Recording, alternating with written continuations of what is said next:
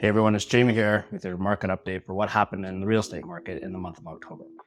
There's a lot of things that happened in October, and we could talk about the numbers today like we have in past months, but the most important thing to know is that for now, it seems like we may have found a little bit of a floor, an averaging or slowing of prices within the market in the month of October. We didn't see the same month-over-month price changes that we had seen in previous months in 2022. There were several things that happened in October that we need to be aware of and look at. These are things that I always say we don't have a crystal ball for real estate, but there's sometimes signaling that happens to let you know how to make an educated decision going forward.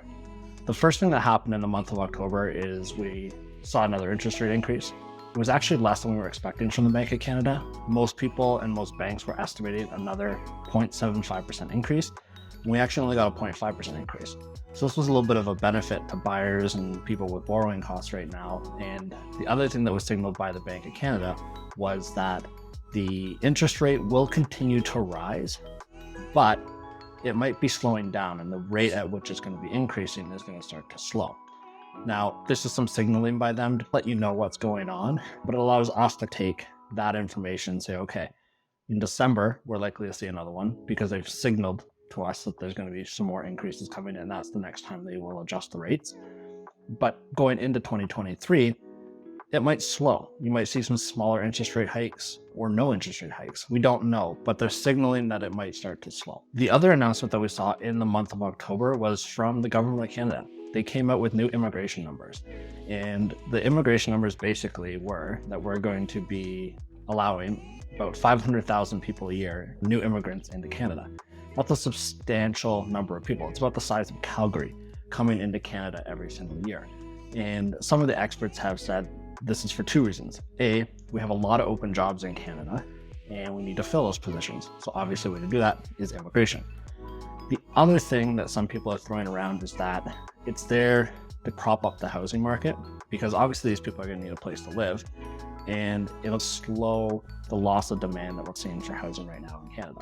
So these are two things that you need to be aware of, because slowing interest rates will not immediately make things more attractive to buyers overnight, but you have a double whammy here. You have interest rates that might slow, maybe start to decline at some point a little bit, become a little bit more reasonable for buyers, matched with this very high level of immigration and lots of people looking for housing. There'll be a lot of demand. So you may actually see prices level out higher than where some people were expecting that we may have gotten to.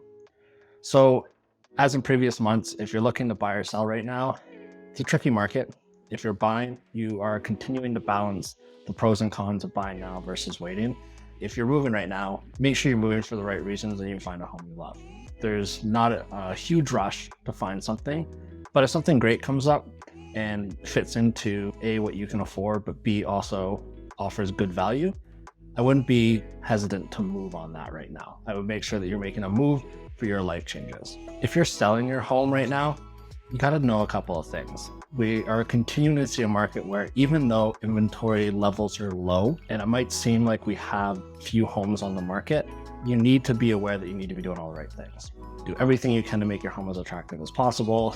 The other thing you need to do is actually allow people into the house to see it.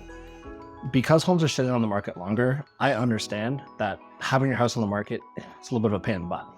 But you need to make sure that you're letting people into the house. I've had a lot of situations with buyers where our showings are getting denied. Sellers are being like, this time doesn't work. Can you come another day? Can you come earlier in the day? Things like that. I think it's really important as a seller that whenever possible to accommodate the appointments for buyers that come into the house.